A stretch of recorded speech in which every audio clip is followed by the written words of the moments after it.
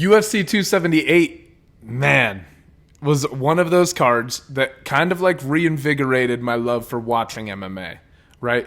Like, I don't know. It's not like, don't get me wrong, the fights haven't been terrible lately, right? But like, let's look back through the UFC schedule lately, right? Most recently, Vera versus Cruz, not a bad fight, right? Like some decent fights on that card too, and like, but again with the headliner, like, it kind of went how you thought it was going to go. Like, Dominic Cruz looked good in that fight, but you know that he's on the downward end of his career. He's been knocked out at this point, right? He's been hurt several times. I don't know. It's just like that same excitement wasn't there for me for that card. Like, I was excited to watch it. It was a great fight, and it was a great performance by Vera.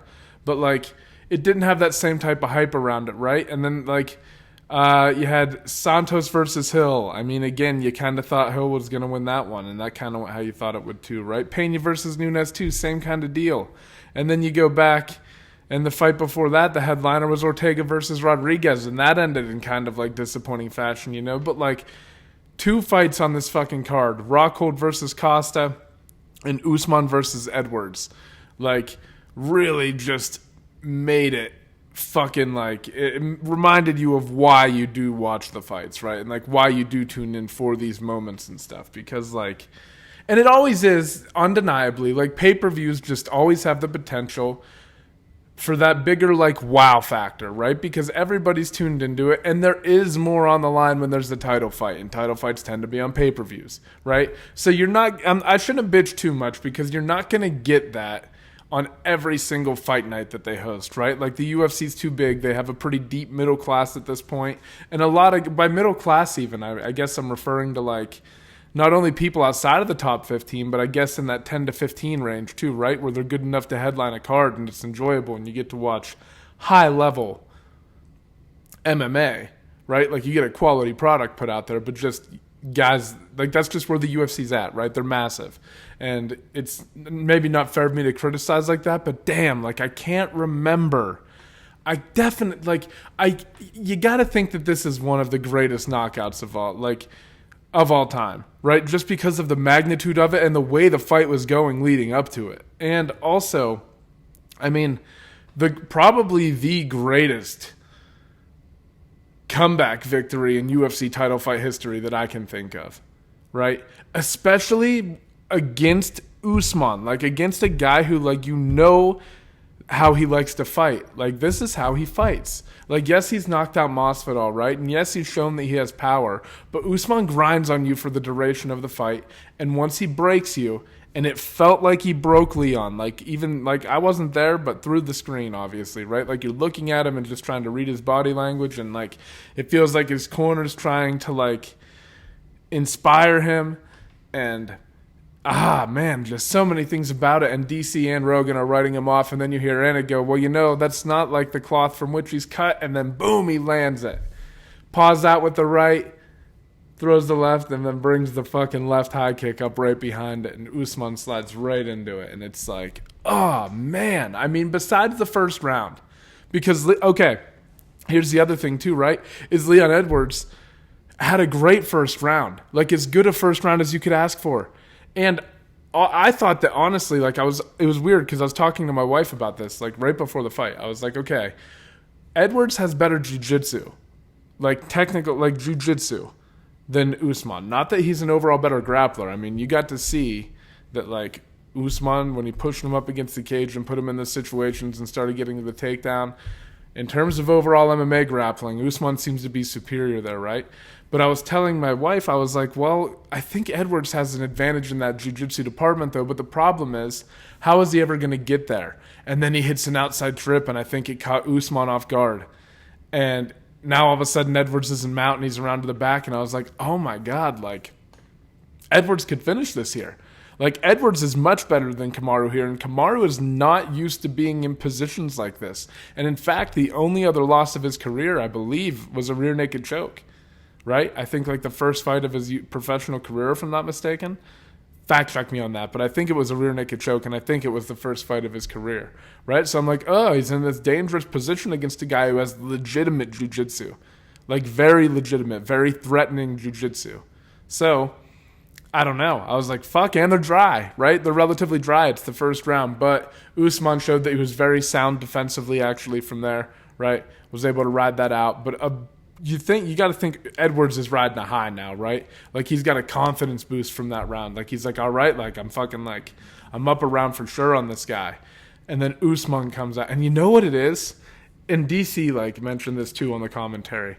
It really is just Usman's relentless like his pressure. Like, yes, he's got a great jab and everything, but it's the pressure. It breaks people over time. And you got to see that, like, Edwards was holding the takedowns and stuff off well early, but over the course of the fight, as Usman just continues to walk you down. And you'll notice, too, like, even when the rounds open up, like, Usman comes out to the center very quickly. Like, he asserts his position in the center of the octagon immediately. And he, like, just starts pushing you backwards, and he fights up against the cage well, right? Like, obviously, like, he's grinding on you there. He does very well with his head positioning and stuff. He's a great MMA grappler. He's a great cage grappler. And he's got power in his hands, and he was landing some shots on Edwards that were hurting him, and it just did look like Edwards had given up on himself, and you could feel his corner trying to motivate him and telling him, like, hey, quit feeling sorry for yourself. Like, you know, like, and maybe there were moments you got to think that you go to dark places when you're in there, right? You got to think that you go to dark places like that. I did love, actually, not to sidetrack, but, like, I did love that Dana White attested in the post-fight press conference to, like, the fact that people will never know what Rockhold and Costa went through, like the war they went through, that physical exertion. They will never know what that feels like, right? Like, you have to respect that shit. And for Edwards to go through what he went through for, I mean, essentially 3 rounds, right? Like 3 straight rounds, and you're getting dominated for most of the 5th too, right? And you work yourself out of a tough position, get to your feet, start giving yourself a chance, and you just throw the fucking perfect combination, the perfect setup at the perfect time. And that head kick fucking boom, just lands so clean. And you got to think, too, like, this is the other thing. If Leon Edwards doesn't have the technical striking that he has, right? If he can't throw that technique with that effortless, just like flop, right? It's not like he threw it like super, super hard. It was that he threw it flawlessly. The reason that it had the power that it did is because Leon Edwards executed perfect technique deep into a fight when he was undoubtedly tired. If your technique is perfect, right, it will show through when you're tired. If you, like, that's the first thing that goes, right? Like, so if you start throwing and overexerting with big shots, your technique will start getting sloppy. And that's what a lot of guys do when they get tired to compensate. Leon Edwards, though, stayed calm in that moment, and he just fucking delivered. And it hit home, and, like, it's like, wow. Less than a minute left. Like, the only other more spectacular comeback I can think of in title fight history is Anderson Silva versus Chael Sonnen when he caught him in the triangle. That, at least off the top of my head. I mean, like,